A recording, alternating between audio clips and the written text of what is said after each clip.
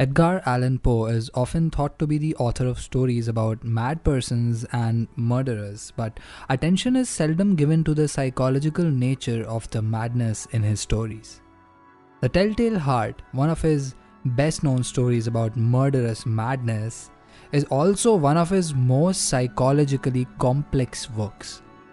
The story is told in the first-person voice by the killer, who has obviously been locked up in a prison or in an insane asylum for his crime. He begins by arguing that he is not mad given the calm way he committed the crime, and can now tell about it to testify his sanity. He begins by assuring his listeners and readers that he loved the old man, that he did not want his gold, and that the old man never abused or insulted him. There was neither object nor passion for his crime. Instead, it was the old man's eye. When the eye fell on him, his blood ran cold, and that he made up his mind to kill the old man and rid himself of the eye forever.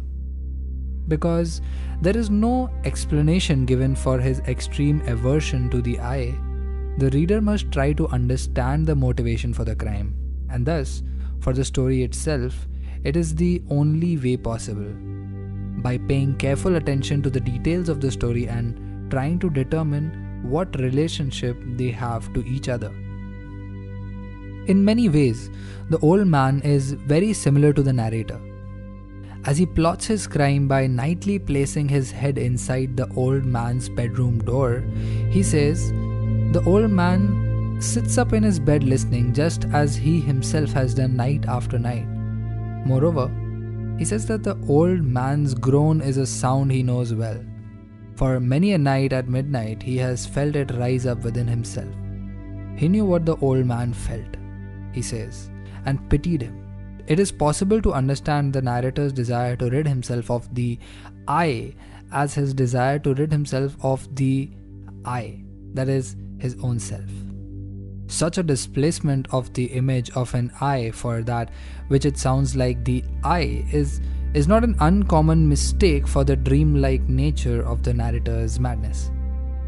In order to understand why the narrator might wish to destroy himself by destroying the old man, which he does succeed in doing by the end of the story, let's turn back to the motifs of time and the telltale heart, which also dominate the story.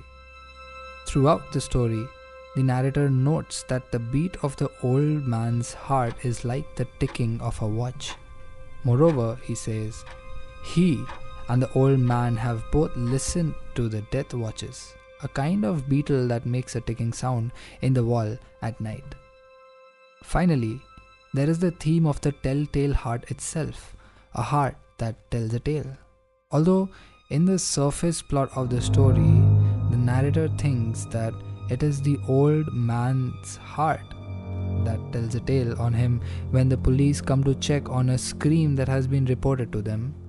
It is clear that it is his own heart that he hears beating.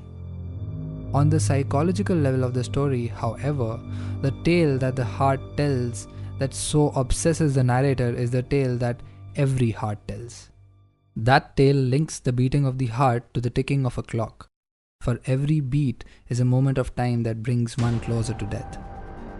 Once the narrator becomes obsessed with his inevitability, he becomes obsessed with the only way one can defeat the tale of time, that is, by escaping death.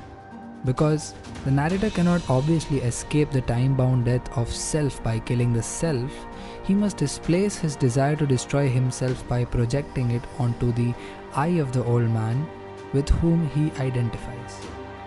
The Telltale Heart, like many of Poe's other tales, seems at first to be a simple story of madness. However, as Poe well knew, there is no such thing as meaningless madness in the short story.